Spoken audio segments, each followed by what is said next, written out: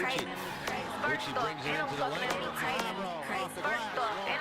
Shot. The ball comes away with a rebound. Be rolling up and mopping through the dash for me. I need my money first. Niggas open up that back for me. I ain't gotta talk. I let your nigga brag for me. And if it get that way, I let your nigga scratch for me.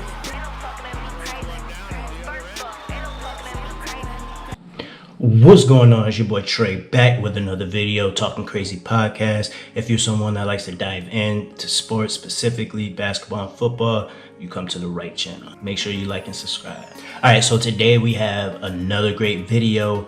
We have 3 candidates for this year's buyout market. This year is a little different because short season. They started a little early. Contracts and things like that, salary cap. There's not a lot of teams with space, but with the vet minimum, it's been prorated. So about the time that you're going to see the buyout market, you're going to see a couple of teams that have a little bit of cap space. I won't say cap space, but they will have a roster spot with the vet minimum. Let's get right into it. So our first candidate we have is Trevor Ariza. Now Trevor Ariza has been traded a few times already this year. He is not played, but we all know he's a great 3-and-D defender, nice and long. So there's a few teams, contenders out there that will greatly benefit from his service.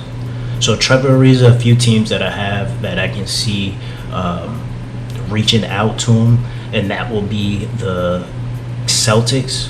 I think they're already a great defending team, but having another wing backing up Tatum, being able to play Brown in the backup squad, and maybe you see him at the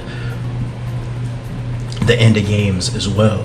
Kemba's been out, so you can move Brown to the point, Tatum to the point, and you can see Ariza finishing games. Obviously, we have not seen him play, so we don't know if he's still in great shape, but we're going off of last year and what he can provide.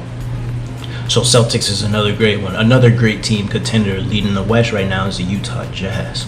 Utah Jazz, they are pretty deep. Got Clarkson coming off the bench, and therefore is they have Royce O'Neal and Lyles, but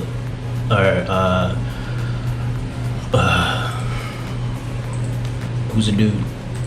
Not Lyles. Ingles.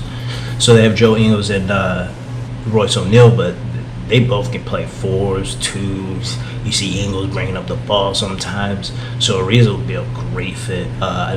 You might not see a lot of playing time with the roster that they have. Like I said, they have Ingles and O'Neal, Clarkson, Mitchell, but their guards can move to forwards and things like that. But I still think that'd be a great fit, and that can be kind of that little piece that they're missing once it comes to playoffs. Another team that I can see with Trevor Ariza is the Phoenix Suns. Phoenix Suns are doing a good job right now. I think they are 4th seed right now, 14-9. I think they could use another guy that can hit up threes. You know, Booker and Chris Paul's going to have the ball a lot, but Ariza, Bridges, Crowder, spot up threes. Sarge, I think that'd be a great piece as well once it comes to the playoffs. And once again, we're a little ways from the buy market. It is this month, late this month, but that's when you're going to see closer to the playoffs. So those 3 teams I see targeting Trevor Ariza. Now let's move on to the next. Next we have George Hill. Now these next 2, they've been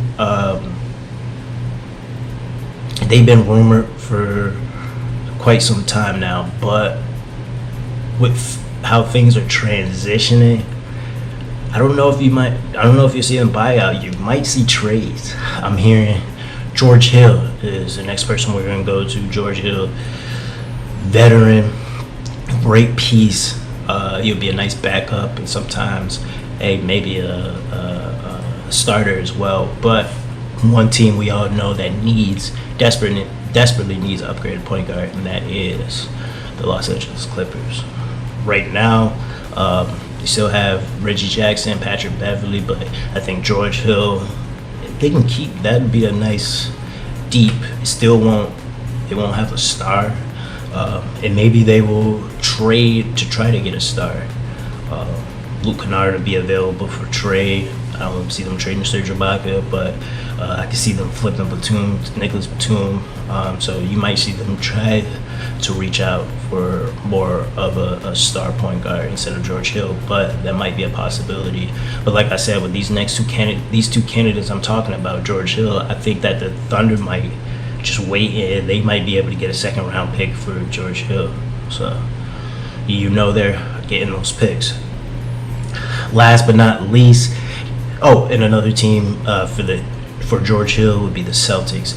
We all know Kemba Walker has been out a lot, and they just need somebody so Tatum and Brown's not pushing the ball the whole time and then have to score as well. So George Hill can play that role of breaking the ball up and just having a veteran on that young team once playoffs come.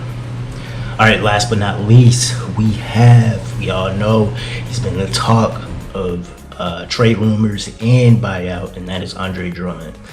And the reason why I don't think Andre Drummond will be in the buyout, more of a trade, he's second in rebound right now. He's almost 20 points, 14.2 rebounds, 1.6 blocks. The dude is balling right now, really balling.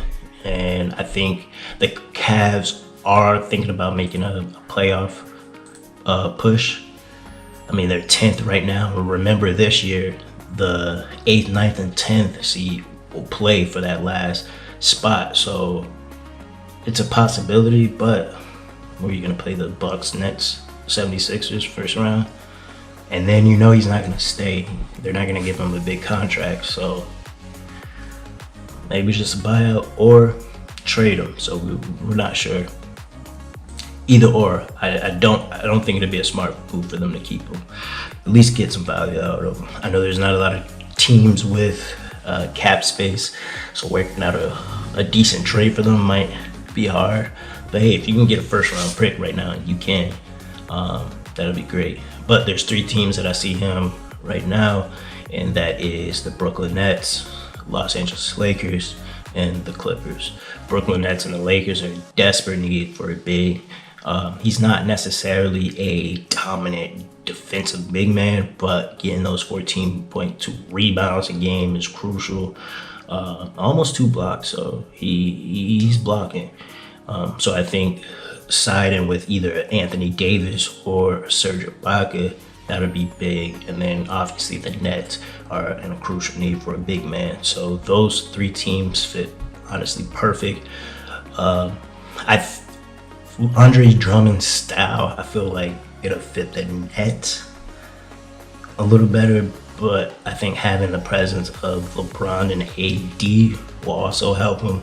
I think he'll just get lost with the Clippers because we all know they're lacking the leadership.